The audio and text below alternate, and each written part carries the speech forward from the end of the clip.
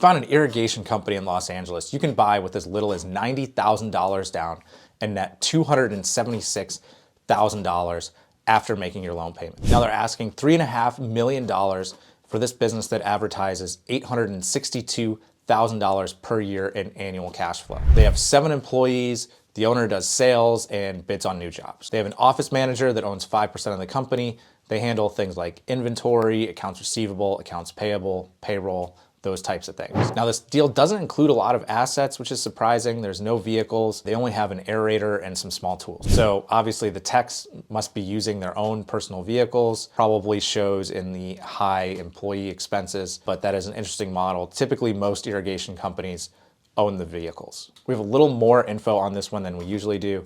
We have a breakdown of the 2023 P&L. You can see they had $2.6 million in sales.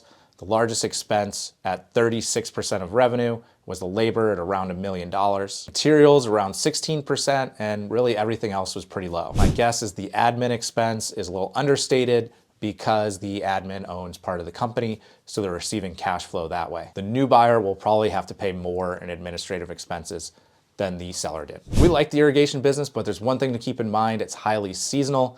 Depending on where you are in the country, it might be a business where you're going all out for 6 months out of the year, and then you're doing nothing for the other 6 months. So that means you're making tons of money for 6 months, and that means you're losing money for 6 months.